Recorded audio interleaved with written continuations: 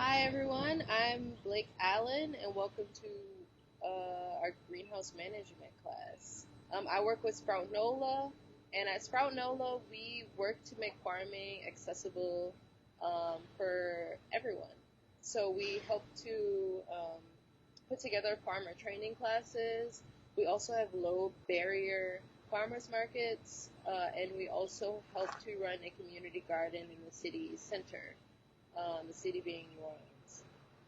And yep, we just work really hard to make sure that urban farming and urban gardening is accessible to um, all the residents in New Orleans, which includes growing plants, giving them to people, um, and also offering assistance to other people starting up community gardens, community farms, or just farms in general. Hi everyone, my name is Becca and I'm the greenhouse manager here at Sprout. So I grow a bunch of the plants that you see behind us along with our wonderful volunteers that we distribute throughout the city and use in our own community gardens.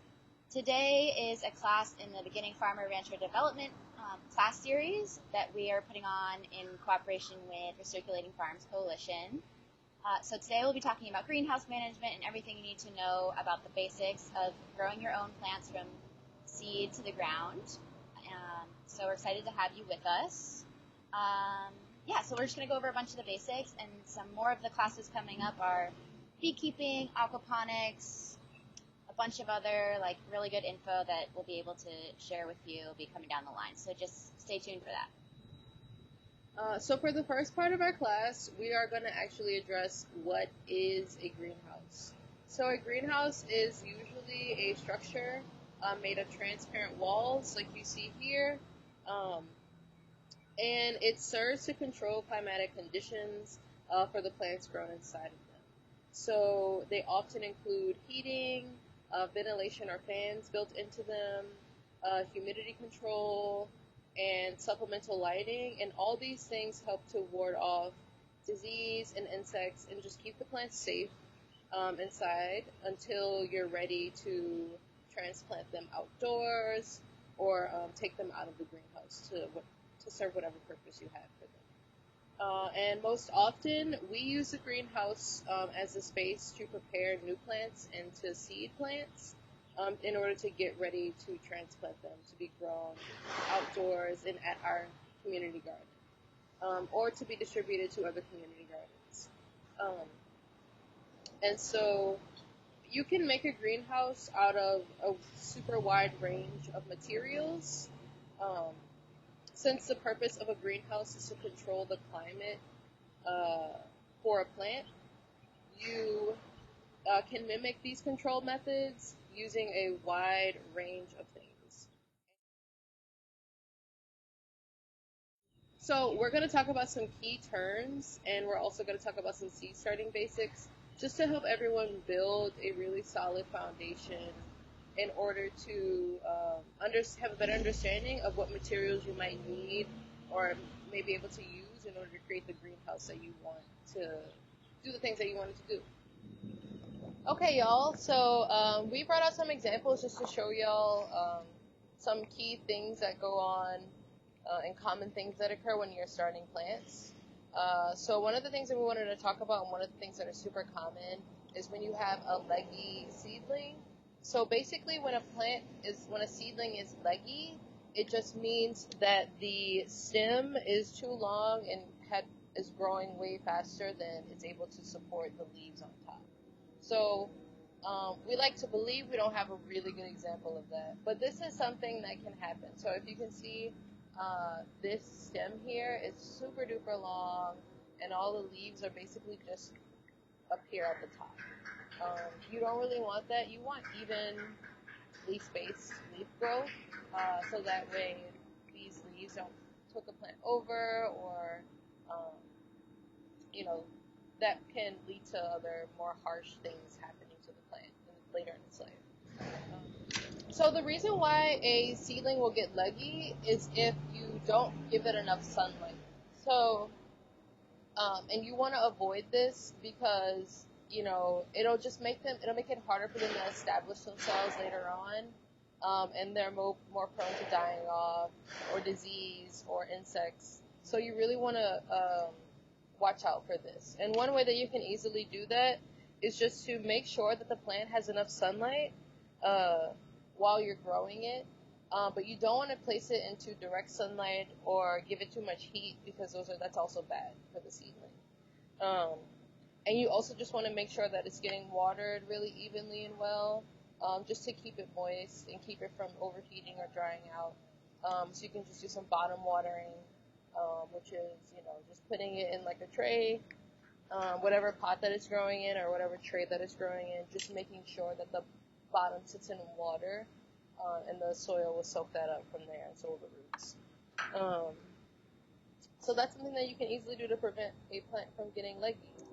Make sure that it has a good amount of indirect sunlight, and make sure that it's watered, and you won't have it tilting over. Okay, so one other thing that's super common, and I'm sure all of you have dealt with this, is when something is root bound. So we do have an example of this because as much as you try to get ahead of it, sometimes it's just really hard. So if you can see, if all of the roots have kind of started to build up on the bottom and started kind of swirling around itself, which is what root bound is. It's really easy for a plant to get root bound. They're really trying hard to establish their root systems, to get strong, so they're sending out lots of, roots to when they're first, in their first part of life. This isn't going to hurt the plant really at all. Further down the line it can. So when you're, taking your plant out of the tray, you just want to, before you plant it, you just want to give it like a little squeeze, kind of loosen up the roots, and before you put it in the ground. That's going to help the roots to understand that they can begin to spread out and not continue to grow in this downward spiral. That could potentially stunt the growth. It's not going to kill the plant, but it isn't going to give you what you wanted. The plant isn't going to give you what you wanted if you let it continue to grow with that tight root system. It's not going to be able to go around in the soil and search for nutrients. It's going to continue to stay near home. So you just don't want that.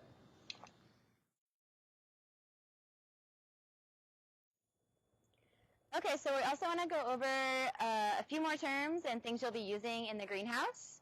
The first thing we usually use is a tray, and we call them by how many cells they have, and a cell is each one of these little holes.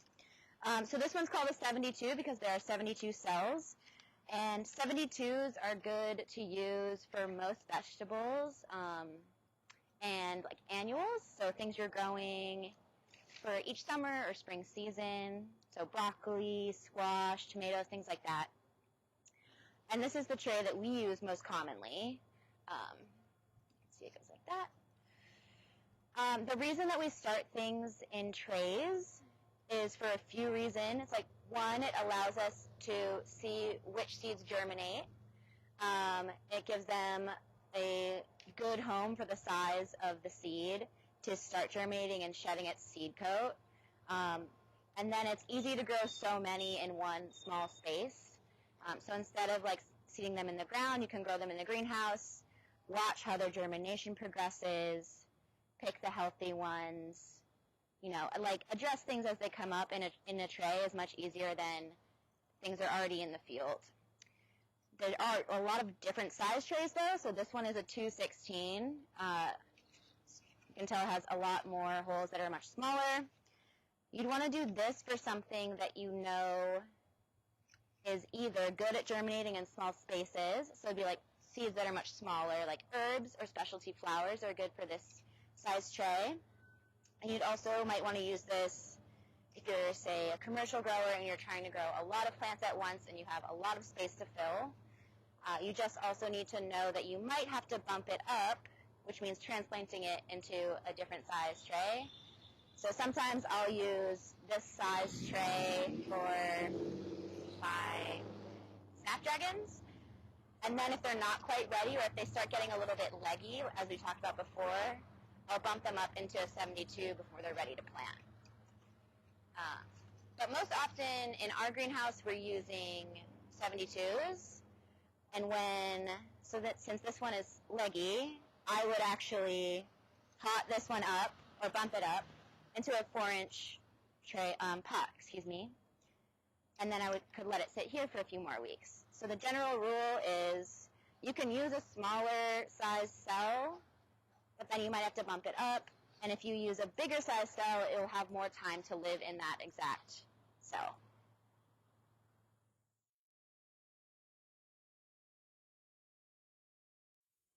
So welcome inside the greenhouse now, and I'm going to show you a few of our watering techniques. So these are misters, and basically I can put it on a timer and it mists out all of the plants here, which I'll show you an example of in a minute. But the misters are really good for greenhouse plants because it provides like a light misting of water instead of kind of like a pummeling that can come from a hose. And some seeds are super sensitive to how they're watered. So and they like to be constantly wet but not drenched. So that's what misters can provide for us. So if you follow me over here,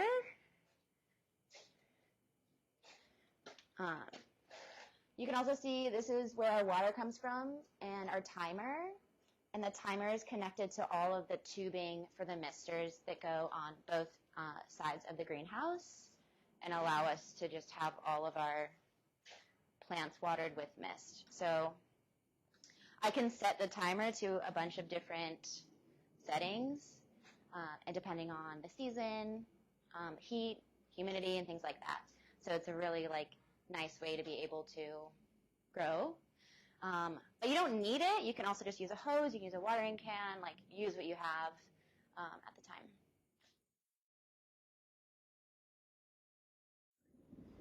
Okay, so now we're going to talk a little bit about indirect versus direct seeding, which is something you want to consider before you start seeding your trays. So there's a few things to consider. The first one is whether it's susceptible to root disturbance. So certain crops really don't like having their roots disturbed.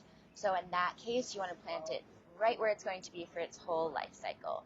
So that can include things like carrots, radishes, beets, anything that has a root, that's what you're going for. They can be really susceptible to being transplanted. Other things that do well directly seeded into the ground are cucurbits, so squash, melons, cucumbers, and then you can also do lettuces, salad greens. On the other hand, things that don't do well directly seeded into the ground, we call it indirect seeding, and that's when you do it into a tray.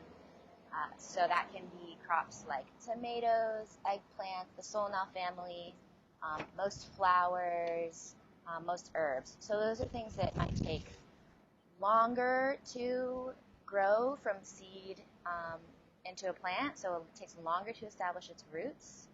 It might be things that are more susceptible to environmental damage, so they might not take a drought very well, or they might not take a flood very well, so they need to be protected in a tray in the greenhouse and get stronger before they go out into the field. Another thing to consider is the specialty of the seed, if it's expensive or if it's cheap. So a lot of farmers will, if it's cheap seed, just kind of take their chances and directly sow it into the field so they don't have to go through the process of transplanting, and you also don't take up space in the greenhouse. But if it's an expensive type of seed, say a very small specialty cut flower, I'd want to start that in the greenhouse so that I can be sure I get the highest success rate for it. Germination rates are another thing to consider. If it has a low germination rate, I don't want to plant it directly into the field. I want to start it in the greenhouse and then only transplant the ones that succeed, and that helps me utilize my space in the field or in your garden better than not. So those are a few things to consider for direct and indirect seeding.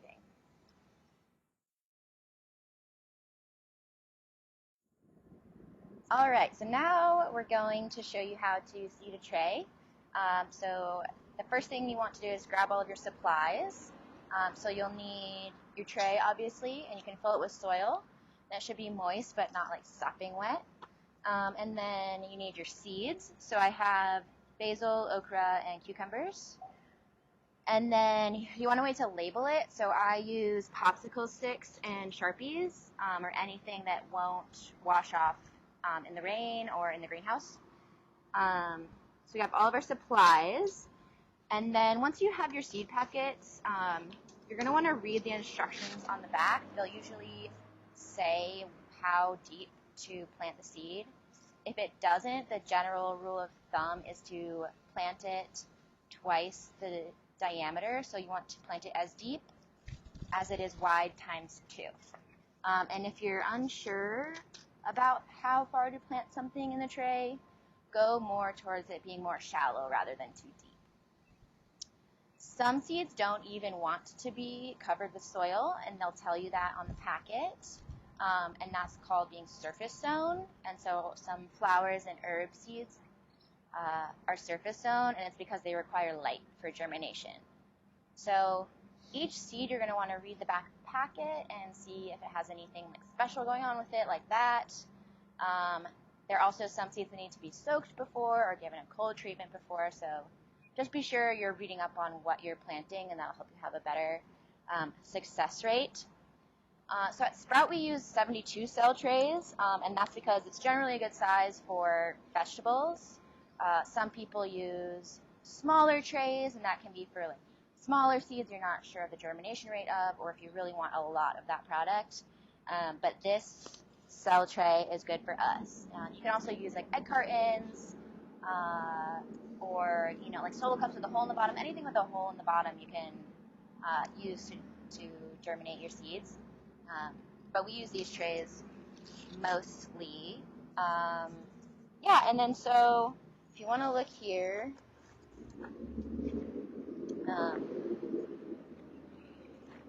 so I would look at these. We have a cucumber, okra, and the tiny black ones are basil. And so they're all just going to need different treatment. So I would put it 2 times the width here deep. So that's about 1/4 inch. But it'll say so on the back of the packet. And I'll show you how I see it coming up next.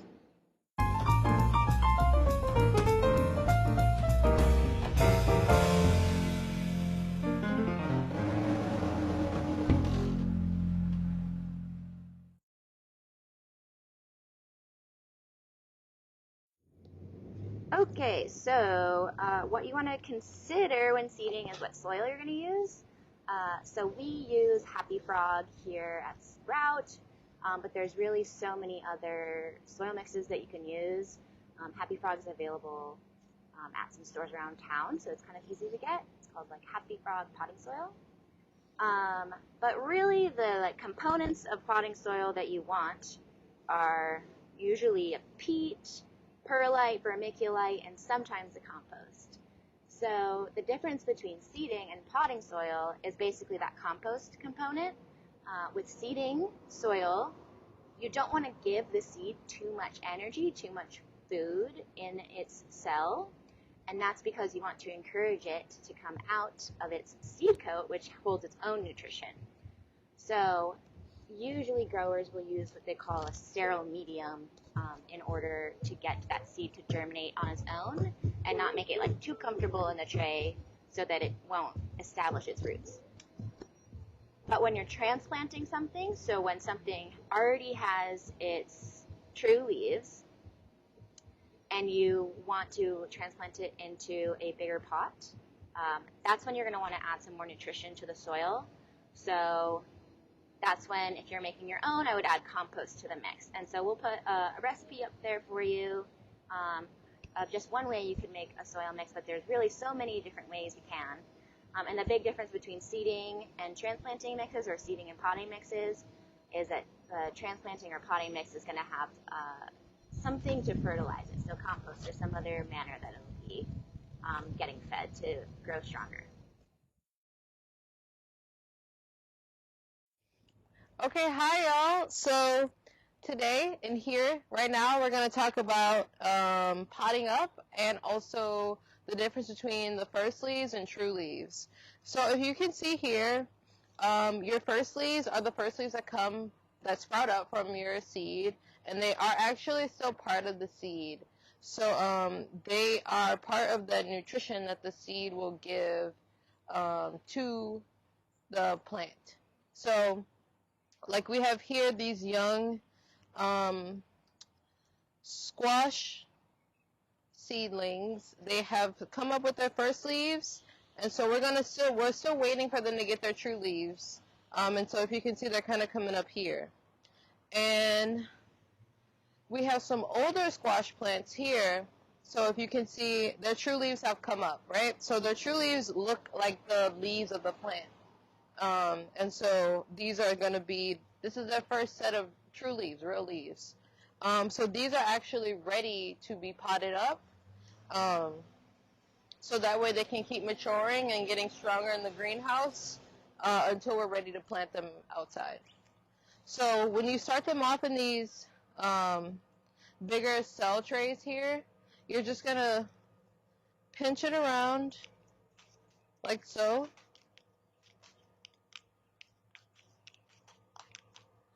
Until it's loose enough, because you don't want to damage the plant, you know. And then if you can see here, yeah, it's kind of begun to outgrow this smaller cell. So we're just going to massage it, make sure it loosens up a little bit. And then we're going to create space for it in our pots.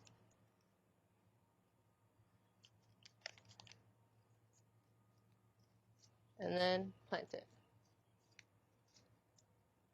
And then of course you're going to make sure it's well watered. And this step is only for if you are wanting them to be a little bit bigger before you put them in the ground, because of course it does create more space in your greenhouse, but it also helps your plant to have a longer life in the greenhouse and grow up to be a little bit more protected during these early stages. But of course there are going to be some plants that you don't have to pot up before you plant them. So we have a tray of zinnias here, and these are ready to go. And just like we did with the tiny squash seedlings, you just massage them a little bit just to kind of loosen it up, and then take it out, massage those roots, and plant them directly. Okay, so that's how you know the difference. And make sure that you don't want to start fertilizing these guys until they actually do have their true leaves, because they are still feeding on the nutrients from their seed and from their first leaves. So we can actually talk more about fertilizing in the greenhouse. Okay, so we are here in the greenhouse, and we'll just talk a little bit more about fertilizing, when to start fertilizing, and what you'll want to use on the young plants. So, like we said before, you're definitely going to want to wait until they have their true leaves to begin fertilizing. And it's really good to use things like compost tea, fish emulsion, kelp mixes, seaweed. And it's really important to make sure that you're diluting it to its proper, to the proper solution. So, because they can be burned really easily and they can be overloaded, as we talked about before, they are still getting nutrients from their seed pods when they're really young. So you don't want to overfeed them and over-fertilize them. That can really stunt them and harm them. But a good way to apply the fertilizer is to kind of mist them. I would say after they have 2 sets of true leaves, that, especially with like compost tea and things like that, it really helps them to stay protected from diseases, and helps them to kind of outgrow pests. And so it's really good to make sure that you are spraying them with a fertilizer that's going to help them later on in life and in the early part of their life. So just make sure that it's diluted correctly. Something we use here is this C+ liquid fish and seaweed. And so, yeah, anything that you can do that's organic and won't burn the young plants is going to be the way to go. So, yeah, that's fertilizing in the greenhouse. All right, welcome into the greenhouse. We're going to talk a little bit about environmental conditions to help your plants be healthy. So I wanted to point out that airflow is really important, so you don't want stagnant air. So we have these air vents here that help wind and airflow come through the greenhouse. And the reason that that's important is that it helps prevent disease. And when there's more water sitting on plants, it spreads disease. So you really want an airflow, and you want the cell trays to be moist, but you don't want the leaves to be wet. So that's why we have the vents, and that's also why we have the fan over here. The vents can also be important for temperature regulation. So in the winter, we close the vents to keep the greenhouse warmer, and we also have heaters to help it stay warmer as well. Most seeds need temperatures of around like 70 to 80 degrees to germinate. And so that helps them germinate in the winter when it's not the Louisiana summer and the heat doesn't do it for us anyways. So those are a few factors that you need to kind of always be controlling. Another thing is water. So depending on the weather, even within the same season, you need to be adjusting how much you're watering. Sometimes multiple times a week in order for not to be too wet or too dry. And that can result in standing water or your plants drying out, and you might lose some of your cells. So you really need to be constantly monitoring what's going on in the greenhouse and adjusting all of these factors. The last thing I want to mention is that cleaning is really important. So you want to be cleaning the floors, you can be bleaching surface and sanitizing, and you want to be removing any diseased material or any dead material so that it doesn't spread to the rest of your healthy plants.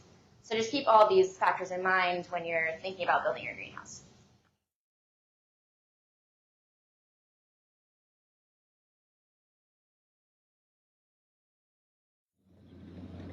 So we're going to talk about having a greenhouse. So you can buy a greenhouse kit for anywhere from $40 to $900, or you can make your own.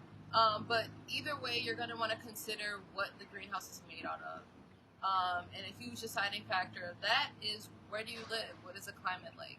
So some common frame structures and what they're made out of for greenhouses are steel, aluminum, wood, and PVC piping. So steel is great for super big greenhouses. They can take a lot of weight. It lasts for a while, but it can begin to rust, which is a bad thing. But they can take a lot of weight for whatever walls you might want to use for your greenhouse. So steel and glass are great together. But over time, it just won't look as good as when you first installed it. Another great metal to use, aluminum. It can withstand that moisture. It can withstand the heat. It doesn't warp too badly. However, because it is a lightweight material, it doesn't really take a lot of heavy weight too much. So you'll want to make smaller greenhouses with that one. Wood looks really nice when you first install it, like it does with everything. And then, of course, over time, it can begin to rot. It warps. It just doesn't last as long. So if you're not really looking to have your greenhouse for too long, and you just want something that looks really cool, then wood is good for that. And it also takes a whole lot of weight. But you do have to, replace it frequently.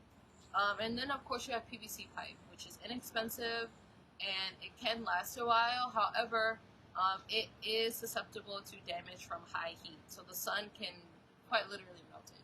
So you'll want to be thinking about that. And it's lightweight, so it doesn't really take a lot of weight, but it is great for smaller greenhouses and structures like that.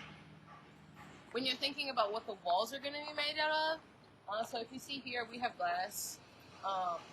But of course, glass is very brittle over time. Glass is a classic greenhouse material, but it can break. So we've had to replace a couple of our panes here.